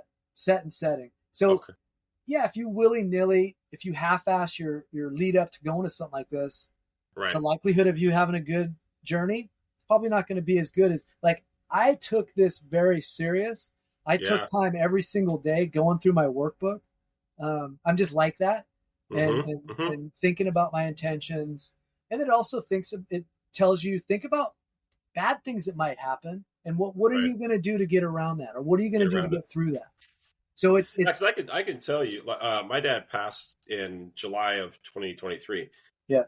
I got some shit to say to that dude. Like, you know what I mean? Like, no, totally. Absolutely. And this is, if you did something like this, it may happen then, it may not, but it may not. Yeah. You know what I mean? But there's more to the journey than just the journey. There's an integration after. So talk to him. We got that kind of squared away, which was interesting because I didn't know. Right. Right. Yeah. But then was like, oh, fuck. Okay, cool. And now I know. And now you know how I was feeling and we're all good. And is that just kind of so you've had this conversation with your grandparents and then all of a sudden, is it just like, it just kind of morphs into, okay. So I was saying like, what was happening was I was also seeing like a black beast like thing. And it was during this time where I'd be like, all right, well, fuck, this is where a lot. Huh? I've heard that a lot. Yeah, this is where I guess I'm going into this. Yeah, I've heard Black Beast. I've heard Werewolf. Mm-hmm. I've heard, and it was interesting because looking at on the website, it talks about the wolf. I mean, there's a That's very interesting. Yeah. So every time it would pop up, I'd be like, okay, it's time. I'm going towards this thing. Every time it would transition into something good. Every single time. So my takeaway with that was that part of it was, okay, when you've got to lean into hard shit, because 9 times out of 10, it's not nearly as bad as you think it's going to be. Right. And it's probably going to turn out good. So even by me sitting here talking to you right now, Brian, this is me leaning into this. This is me, it's because I want to help people. How can I help people? This is how I know how to help people, is get this message out. Yep. You and me both. This is, it's therapy for Mitch and I as well. And for those of you that are wondering why Mitch is so quiet, he's not with us. He had a family issue come up, so he's not here right now. But Mitch and I have talked about this. I agree. Yeah. Just us doing this and talking about our own PTSD issues or our trauma issues. Yeah. It's leaning into therapy. Yeah. And so that's what that kind of, it got me to shift with that. And so I would go towards this. Sometimes it was a black beast looking thing. Sometimes it just looked straight up like the devil, like the orange, with the horns. With the horns. Yeah. So I talked to my dad, and then the next thing, some of it gets mixed up. The next thing was when they finally said, hey, you got to retire. You got to bring your gun down to the regional training center. You got to turn it in. And I was like, okay, whatever, that's cool. I didn't really think anything of it. I've got other guns. And so I was just like, well, no big deal. I get down there and I go to get my gun out of the trunk. And I was just like, fuck, man, it got me. Like I was in the parking lot fucking crying. Yeah. And I was it was so long trying to figure it out. And I was like, God, what's the deal with this gun? And it just, for me at that point back then, I was like, it's got to be because that gun was my lifeline home. If I pulled over somebody on East 14th and 165 and the car's 4 deep and my cover's, so far away, it's 2 a.m. This gun is what's going to get me home. So now I've got to give up.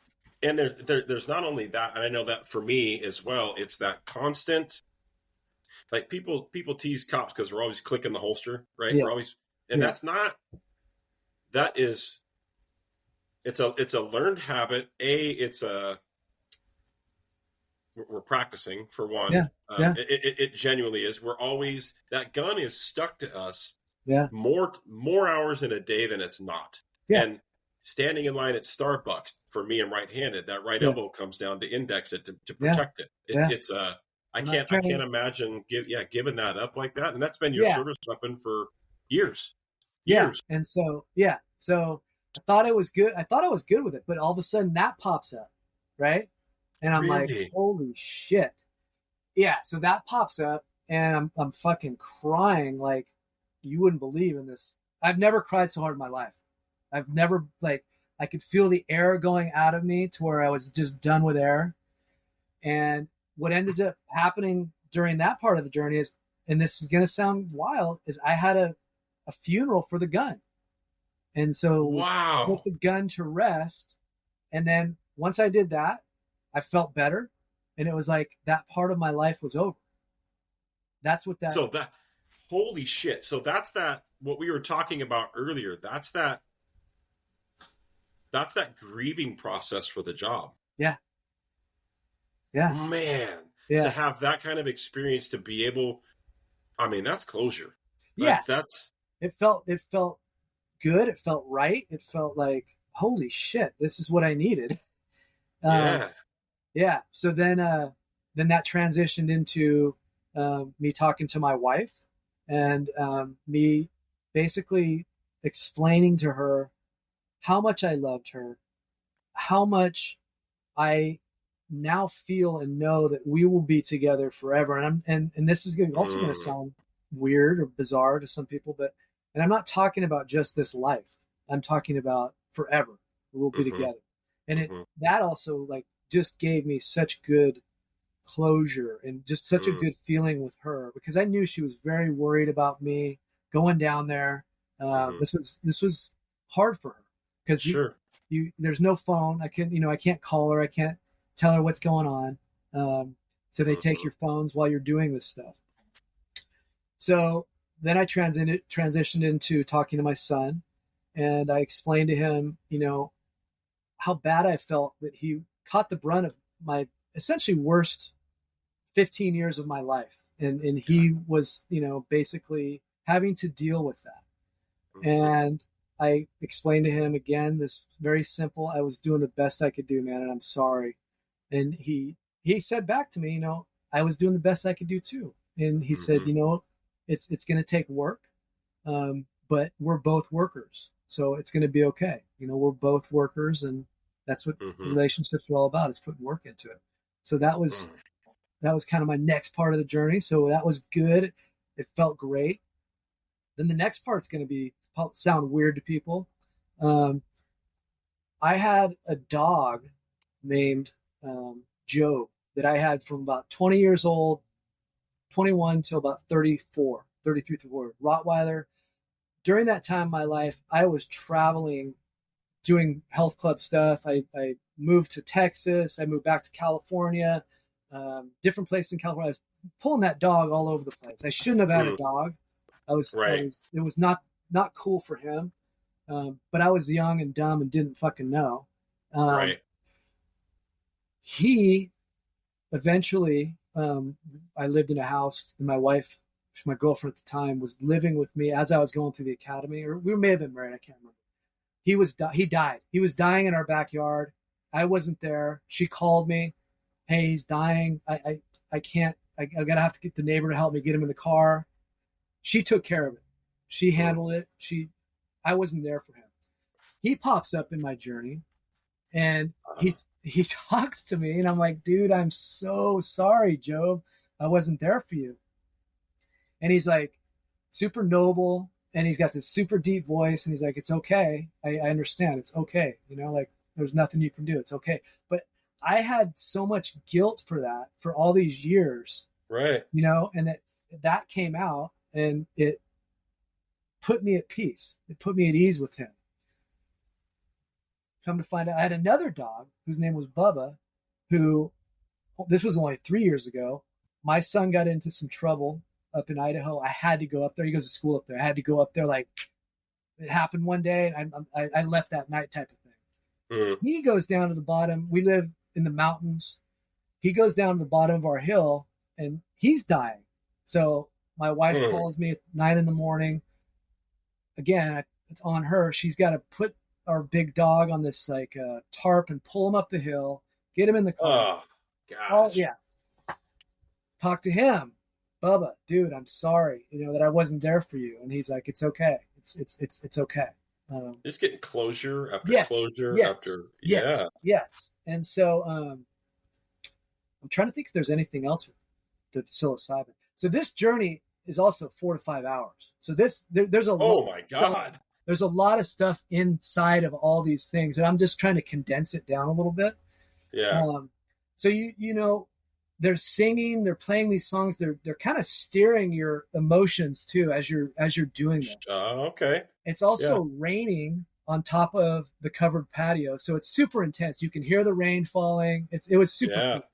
So it's not like you're asleep. It's not like you're in anesthesia. Like you're just out cold. You're not, yeah. So if you've got to take a leak or something like that, you would be able to feel it. You'd raise your hand. They would come help you go take a leak. Type of oh, okay. Gotcha.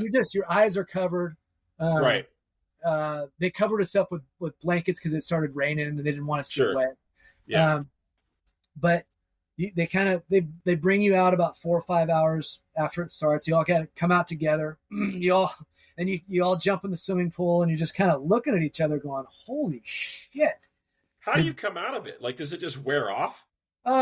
You're still kind of buzzing a little bit, but just by taking the eye mask off, you're kind of out of it by when you do that a little, like not fully, Right. that helps. Okay. And you're not like fully out of it. I would say, you're buzzed a little bit. And you're also trying to talk to each other, and you're trying to explain what happened to each other. I can imagine. Look, yeah, being one of the facility, I'd be sitting back just fucking giggling. The shit that they probably hear when people, right? You know what I mean? Inside, they're probably like, you're kind of looking at each other, and you start to explain it, and then you just kind of shake your head, and then they go, dude, I know, I get it. I know, I get it. Yeah. Yeah, I get it. So, then you kind of, we either ate and then debriefed. I think we ate and then we debriefed that night. Like, what happened? What'd you go through? And again, dude, for me, I wanted to be very open and very, I wanted this to work. Yeah. And so I said everything, I didn't hold anything back. I was crying during the debrief. Right. Cause I want this to stick. I want it to work. Yeah. Yeah. So we all debrief. You're raw, you're tired. I mean, you've been through like these journeys, and your body's, fighting and crying and emotionally spent. Yeah. You're just taxed. So then you go to bed that night, because the next day is going to be the toad. So next morning you get up, we fast again, and the toad you do one at a time. So one person at a time goes out on the patio, and I volunteer to go first. Of course. So but everybody's up in their room, so you're just kind of sitting and waiting in the kitchen area. And so it's kind of nerve-wracking. For me, that one was a little nerve-wracking because, I've never smoked toad. I'm smoking it out of crystal meth pipe, right? Right. So there's a lot of stuff going on. And so then they blow the concha shell, which means come out to the patio. Oh, okay. Yeah. So the medicine man comes out, or the medicine man's there, I'm sorry, gives you the blessing, all this stuff, does his tobacco smoke. And this guy is phenomenal. I mean, super duper intelligent. You can ask him any question about any of the stuff we're taking. It's very cool, dude. His name's Oscar. Yeah. You sit down on the edge of the bed. Oscar explains, okay, I want you to blow out, a few times, and then I want you to inhale as hard as you can for 20 seconds. You got to go 20 seconds. And then what's going to happen is we'll count backwards from 10 back, and then you're going to go backwards, and we're going to basically guide you down. And this is after you've already essentially ripped a bowl of toad whatever. This is not yet. No. Oh, not yet. So, okay. Yeah. Gotcha. So basically you come down, you're going to blow out, then you're going to take a big rip off the bowl. Oh, got you. Okay. Yeah. So blow out, hard rip, 20 seconds. All I heard, they put your eye mask down. I heard 10, and then I was out. Yeah. I mean, like literally I felt her hand on my back, and then but that was it. Then so like the anesthesia feeling, like you're just out. Yeah. Now you're out. Yeah. Okay. So with this one, I can't even explain it other than I saw a bunch of lights, but there was a feeling throughout my body that I've never felt before, a blissful feeling, a feeling of peace that I had never felt before in my life. It was a feeling towards my wife. It was a feeling towards my family, but I can't explain like what happened. It was phenomenal, but it wasn't to where I was like, I want to do that every day. I want to like crack or something. I want to smoke that shit all the time. Right. It was a feeling like, if more people did something like this, I think we would have a lot less problems in our world. Okay. Because a lot of this stuff also, you release all the bullshit that's been kind of holding you back. All the stuff that you think is important, or you thought was important, that you were kind of programmed. You're just like, what the fuck was I thinking? Why was I so hung up on that? That is so stupid. Something silly too. Right. And so that was the toad. And then but that's only like 15, 20 minutes. And you go through this whole journey in 15, 20 minutes. So, one of the things was you start coming out of it a little bit. And they said that I was going like I was going like this, like I was on a motorcycle. So yeah, it's just so interesting what you're subconsciously doing.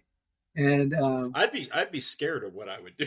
I mean, because I don't know, like something weird's gonna make. What motions is he making? Is he masturbating in public? What's he doing? You know what I mean? Like, what's happening? Yeah, they've probably seen all kinds of stuff. I bet they have. One of the reasons why the one facilitator is there, that's the former Navy SEAL, is a big dude, is if anybody freaks out or tries to take off running, or he can control that. Right. Yeah. So, but none of my group did anything like that. It wasn't nothing like that. Yeah. Again, I think it goes to that whole mindset and setting type of thing. Yeah. Pairing. Yeah. So then you come out of that feeling. And what was so you don't remember, what was the purpose of that one? If you don't, like, was there a journey involved in that, or was some people do, some people don't, some people just get a feeling. Okay. It's the strongest hallucinogenic you can take. Jesus. Yeah. Whew. Yeah. So, well, I mean, but I don't know, man. I would I do it again? Yes. Do I need to do it again right now? No. I would do the psilocybin again. I'd do ayahuasca. These things, I think, are so helpful. I don't know when I would. Correct. In a controlled therapeutic. The way that I did, I would. But I'm, not, hey guys, let's go out into the woods and trip balls. Right. Yeah. The way that I just did that, the ceremonial way, the tribal way, the way they've been doing it for 7,000 years. Yeah. Right? Mm-hmm. That way I would do it, and I would feel. I think I would get a better result doing it this way than how they try to do it up here with MDMA. Honestly. Right. I don't know that for sure, Brian. Yeah. But my kind of gut tells me that I would. Okay. So then you come out of that. Everybody kind of goes through that. Eat. Debrief. And yes, throughout every day, we do something different. We'll do like a type of yoga that's going to help you when you get back, because you're also really trying to set yourself up for the integration, which is coming home. This stuff's all cool. This is only like, I don't know, 10% of what you're really going to get out of this. What it's about, yeah. Yeah, if you go home and don't do anything, then you're kind of like, yeah, I had a really cool time in Mexico, and yeah. But right, like it's just like any other therapy, right? You can't just, even if it's just cognitive therapy, you go to your 45-minute session and come home and do nothing about it. Like you don't put the work in, you don't. Same thing. Yeah, exactly. So yeah, we debriefed, had dinner, left the next day. We left that mansion. I ended up staying an extra day just because I wanted to just kind of chill out in Puerto Vallarta and relax a little bit. Sure. Yeah. And then I came home the following day, and my wife was just like, "Holy shit, man, you're completely different." Like just relaxed wise. Really? I'm very, very edgy, always doing something. Yep. And so here's a little side note. I don't think I shared this with you guys earlier, but I had no desire to drink alcohol after that. I was taking edibles every day up until the time I was supposed to stop for this retreat. But I was taking them every day just to sleep. So it started off with like a quarter of an edible. Then it ended up I was taking an edible a day. But no desire to do any of those things. Like absolutely zero desire. And that wasn't part of my deal. That wasn't part of like why I wanted to do it. But coming home, my theory is that I realized that I'd been masking a lot of stuff with even, 2 or 3 beers a night and the edibles, right? So you're tampering it, just tampering it down. Yeah. Yep. And so I just felt like, gosh, I don't even really want to do this. I don't need to do it. And so I haven't drank don't get me wrong. I'm not saying I'm never going to drink again or, but I don't have a desire to do it at this point. And so that was also kind of a hard thing for my wife and I, because once a week we would go, there's a brewery by our house. We'd go to the brewery, we would have a few beers, we'd talk, we'd have good talks. And she was like, well, we're not going to be able to do that anymore. And I was like, well, no, I mean, not that. I mean, I could go drink water and you can still go and like. Right. But it was, I came back different. Different. And so that was hard for her. And we actually struggled a little bit with it for a little bit. But the SIREN Project, she reached out because there was a support group with the SIREN Project. All the wives. Oh, I was going to ask, is there a post support kind of? Good, and good. So she reached out and just said, "Hey, I'm struggling with this." And one of the facilitators, said, "Hey, let's talk. Let's call me." And so that's awesome. Yeah, set up a time and talked, and he worked her through some things and what's going on with me and some things that we can work on, and it was phenomenal. I feel very happy that I was able to go with them, and I feel a strong pull to help support them because they've essentially changed our life, for lack of a better term. Awesome. Yeah. And I can imagine, like, from your wife, and I don't know, right, but from your wife's standpoint, and just conversation I've been with my wife for 31 years. I've known my wife since I was 14. Right. She's 2 years older than me. I call her the pedophile. Right. She's 2 years older than me because she was 19 and I was 17 when she raped me in a hot tub. Nice. So, I get it. I always joke that, when I was 17, senior in high school, like, dude, I was cool. Like, I'm dating a sophomore in college. You got a 19-year-old, bro. Right? Yeah, like, I'm 17. Now I'm just married to an old lady. That's just how it works. But I can imagine from your wife's, and my wife is my rock. Like, I could not breathe without my wife. Yeah. From your wife's standpoint, you're coming back this different person. Yeah. She doesn't know how to handle it. No. She only knows the Rob that she's known for these decades. Yeah. And she's already built up her own defense mechanisms to you. Yeah. And as time going on, those defense mechanisms don't have a place. Right. Yeah. No, so that's gotta be traumatic. Yeah. For her. It was completely traumatic for both of us because I came back like, hey, I'm changed. I'm changing. I'm not going back to that. But we had already established lots of triggers for each other, lots of things that would trigger each other. And so that was hard for her, as well as we had been through so many things, either children, financial stuff, houses, work together. And this was something that she didn't go through with me. And so she felt kind of left out.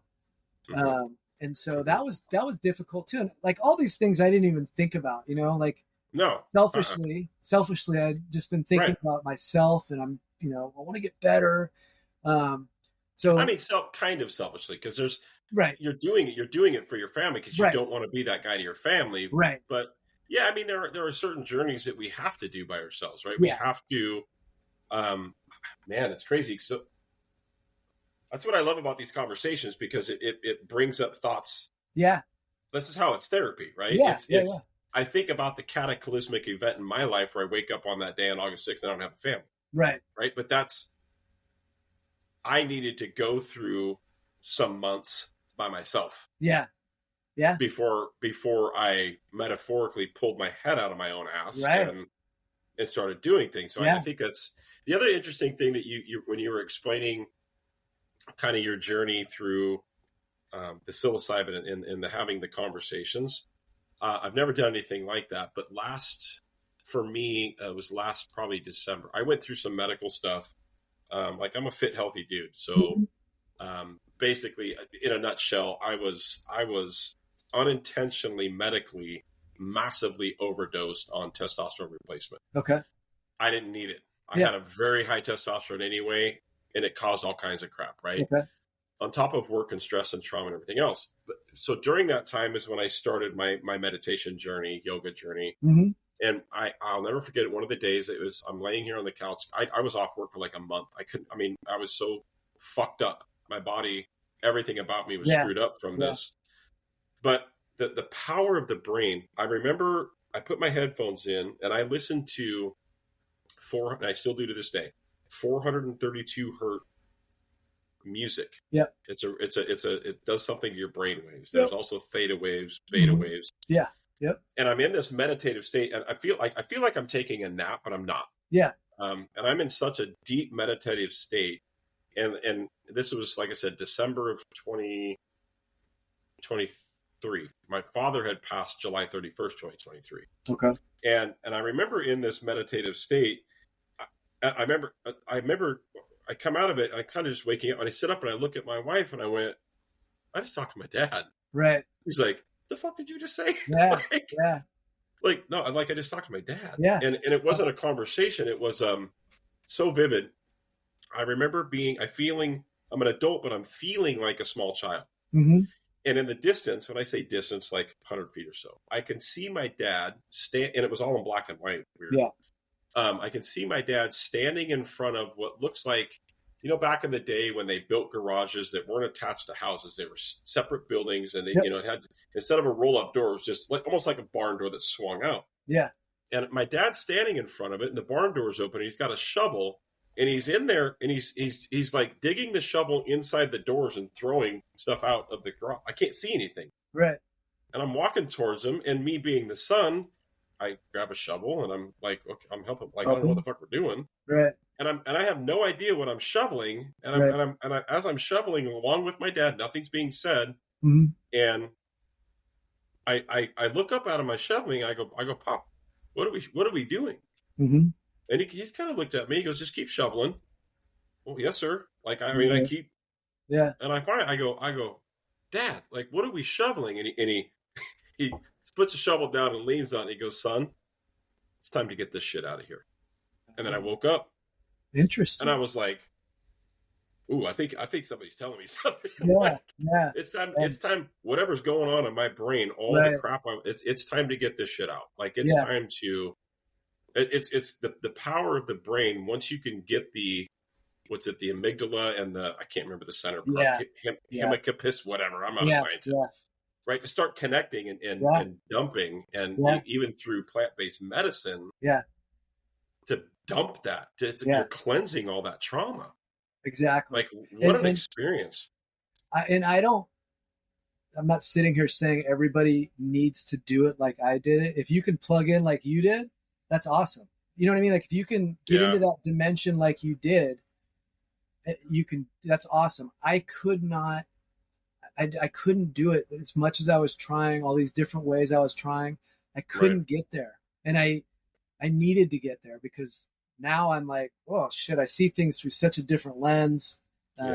So, but and I don't know, for me, like, I think that was I'll call it a one-off. It hasn't happened since. I haven't tried really, but I think for me, my body and my brain just got so exhausted. Yeah. That I didn't have a choice but to just let some shit go. But very interesting. Yeah. So now that you've come through this, and this was in September of last year that you went through this? September, yeah. And what's the follow-up work that one does in something like this? So, like, for me, I wanted to really get into meditation. Like, I'd always wanted to take transcendental meditation. And so when I got back, like, part of my integration was going to be, I'm going to take a transcendental meditation course. And so I also wanted to, like, share some things with my wife and see if she wanted to do some stuff with me. And so we took a transcendental meditation course together, which was really, really good, and has helped me tremendously to really understand meditation, understand that, because you for me, trying meditation without really any sort of guidance was a struggle. These thoughts are coming into my head. Like, what's going on? This isn't working for me. Right. Which is crazy about meditation, as you probably know. That's normal when you're like, you have to learn to meditate. Yeah. So that was a big thing. And, part of when I was meditating, I was thinking of things with my wife, and there was a lot of, even after I got back, I still was, we were struggling with each other. And there was one point where she had done something that I was livid about, and I was like, you just got to know how to do the right thing, and you just don't get it. You don't understand the right thing, and what you did was wrong. You should have done the right thing, which, started a big fight. Of course it did. So I meditated on it the next morning, and then I thought about my life, and I thought about, my mom abandoning me, and I thought about, is my expectations for my wife, my family, like some sort of sign of me being scared of the abandonment of my mom, and Mm-hmm. and so then I look all this stuff up, and every single thing I had always done with the people that I loved was basically setting high expectations, because eventually I was setting them to leave. I was setting them up to leave. Yep. And I didn't know it. I wouldn't have known it. Someone could have told me it, but until I went through that retreat and my mind opened, for lack of a better Mm-hmm. term, I wouldn't have been open. Even, like I could have talked to you before the retreat and you would have been like, oh, it's probably because of your band issues, bro. And I'd be Right. like, oh, But yeah, it's not whatever, going to dude. compute. Right. Yeah, Yeah. yeah, It's not going to okay. compute for you, though. Yeah. Yeah, exactly. And Yeah. so then I, had this point where I'm like, fuck, pretty much everything has been my fucking fault. I've got to go tell Right. my wife that, hey, I fucked up. I've been fucked up. Well, and yeah, and I would say, and that's the alpha in you, right? We take that ownership. If we fuck up, we take ownership. Yeah. It's the fact of the matter is you're a product. We all are. Every human being, we're a product of our environment or how we're raised or whatever. Yeah. Like as cops, especially, we know that about society. Duh. Yeah. It doesn't. I mean, somebody's a turd. They're still a fucking turd. I don't Right. care. Yeah. You know when to do the right thing, but you're a product of it. So yeah, it's your, I put in quotes, fault. Yeah. But it's because of Right. your trauma defense. Right. Exactly. From your childhood. Right. I didn't know. I didn't know. Right. So I wasn't going to beat myself up about it, but I was going to go talk to her about it. And then we had to figure out how we're going to work through this, because when I did share that with her, she was just like, oh, yeah, dude, I've known that for about 22 years and 11 months. And we've been together 23 years. And she said, I didn't want to say anything because I didn't want to open up that wound. So eventually what she ended up doing was she just kept taking it on. Like, yeah, you're right. I should be doing the right thing. You're right. You know what I mean? Yep. Like she took it. And so that was something that we have had to work through, which we are. And I would say our relationship now is stronger than ever, to be honest with you. And it's so shitty that it is, as grown-ass men, it's taken us decades to right this far into our marriage. I can be like, man, we communicate better than we have in 30 years. Like, really? And it's scary because it could have gone the other way very easily because of ego and pride. And, but again, now that I've kind of like opened my mind to this, new reality, I'm like, oh my gosh, it's so different the way that I think in comparison to how I was thinking. Yeah. So, well, and a lot of that response is, it's the same. I assimilate the abandonment issues, right? My parents split when I was 9. Like I had to leave it to be real life. I had to be perfect in my mind. Yeah. My older brother's like, are you fucking kidding me? Like they fought all the time. Like it was 9. Like I didn't know. Yeah. And I wake up one day, your mom left, not coming back. I'm like, what the fuck? Right. And my mom was a saint. My dad was a good man. I'm not going to, trash my dad. He did the best he could. Yeah. But as a, I'm guessing late 30s, early 40s dude who's recently single, and then he's got a 10-year-old son at home, and well, it's dating time. Well, guess what? I got left with any, we'll say, responsible teenager, right? Just so he could go out on his dates and all the things that come with that, right? Yeah. So I the abandonment thing is through my own therapy. It's the same thing. Everything is set up so that I can be prepared for when they abandon me. My wife, my kid, everybody, and that's detrimental. We know that. That's now. Yeah. Now I know that, right? Yeah. It's identical to what you're saying. It's that overbearing, controlling, and it's all because of me. All because I know you're just going to abandon me, so I got to prepare for it. Right. And I'm guessing, I'm going to venture to guess that because so far we're cut from the same cloth, like right down to the button. For me, when I get scared, I get fucking pissed. Oh yeah. Like sure. you're not seeing Yeah. a cowering little Yeah. boy. Yeah. When I'm scared, Yeah. I'm angry. Totally. Like Yeah. yeah. Yeah. And it's not a lot of men are like that. Right. Believe it or not. Yeah. What I'm learning, it's like, Yeah. no, when you're scared, you're scared. But for me, because I had to essentially protect myself from a very young age, Right. that I made that conscious decision when I enlisted in the Army that literally out loud, nobody will ever fucking hurt me again. Right. Yeah. And that's when I started turning to violence. Right. Like, man, I was a scrawny when I enlisted in the Army, I was 6 foot, 142 pounds. Wow.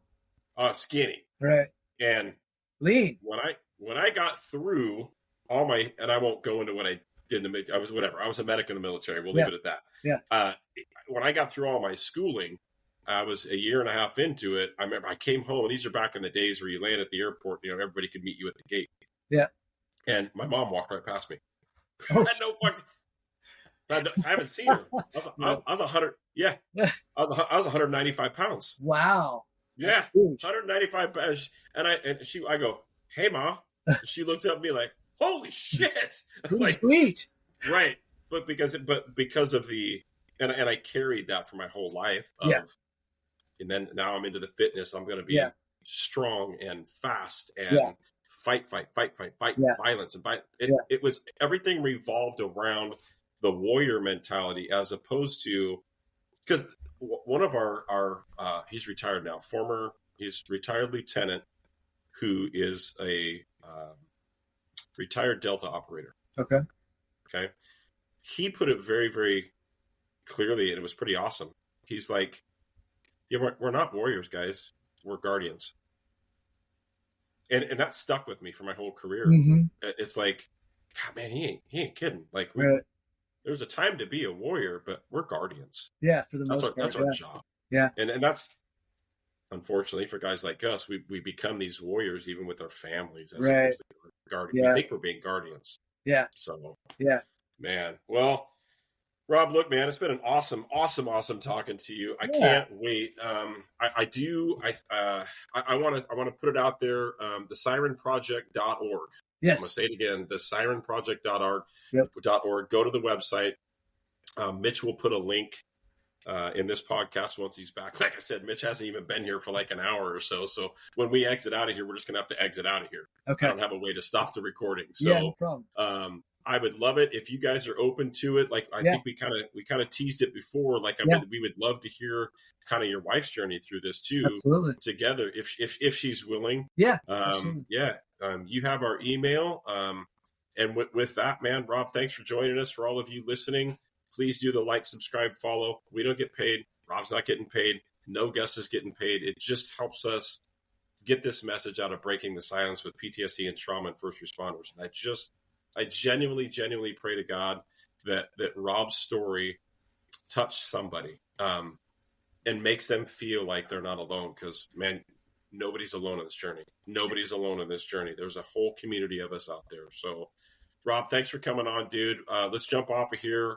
I'll shoot you an email, and then we can kind of go from there, brother. Thank you, Brian and Mitch. I appreciate you guys having the courage to do this. We really love it, man. Means a lot to me.